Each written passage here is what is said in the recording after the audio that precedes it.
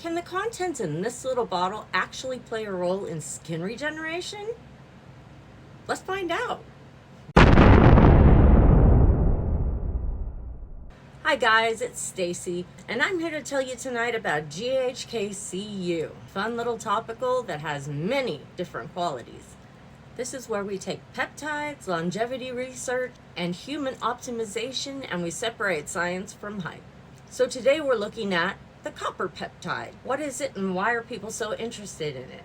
And does the research actually support the claims people are making? GHK-Cu is a naturally occurring copper peptide, and it sounds complicated, but it's really not. The GHK stands for 3 amino acids that make up the peptide. G stands for glycine, H stands for histidine, and K stands for lysine. The L was already taken. Your body actually makes GHK naturally. Researchers became interested because levels seem to drop as we age. And that raises a really interesting question.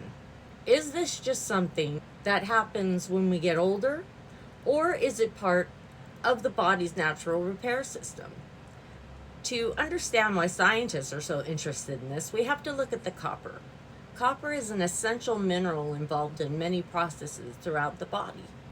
It plays a role in enzymes involved with things like antioxidant defense and connective tissue formation. One enzyme that gets attention is lysyl oxidase. This enzyme helps create crosslinks in collagen and elastin. Basically, it helps organize the structural proteins that give tissue strength and flexibility. And if you followed my channel, you know that catches my attention because connective tissue matters. Because I have EDS, anything involving connective tissue gets my attention. My body basically looked at the instruction manual for collagen and said, I don't need that, I'm gonna freestyle this. And honestly, very creative. Not necessarily helpful, but creative. One of the biggest reasons GHK-Cu became popular is because of skin research. Our skin changes as we age. We produce less collagen, the extracellular matrix changes, and healing can slow down.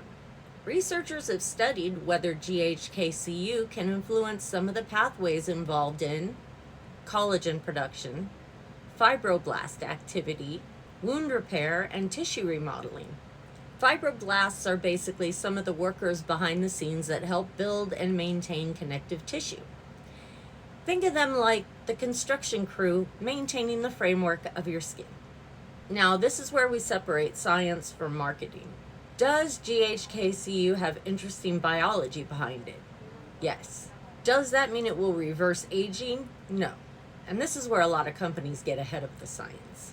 A study showing a peptide influences a pathway does not automatically mean that putting it on your skin will make you look 25 again. I wish biology worked like that. Honestly, I would have a much shorter morning routine. Most of the consumer interest in GHK-Cu is around topical skincare, and that actually makes sense. When you apply something topically, you target the area you're interested in. Researchers have looked at copper peptides for things like supporting skin appearance, improving the look of fine lines, and supporting skin repair. But again, we have to use the right words. Support, influence, may help. Those are very different words than this reverses aging. Well, what about hair? Another area where GHK-Cu gets a lot of attention is in hair research. You'll see claims that copper peptide can help with hair growth. There is some interesting research involving hair follicles and cellular signaling, but the honest answer is we need more high-quality human evidence. Interesting research is not the same thing as a guaranteed result. Now let's talk about the real reason this peptide grabbed my attention: connective tissue. I have a thing called Ehlers-Danlos syndrome, and basically I have faulty connective tissue. And anything involving collagen and tissue repair naturally gets my attention. But let's be very clear, GHK does not cure EDS. EDS is related to genetic differences that affect connective tissue.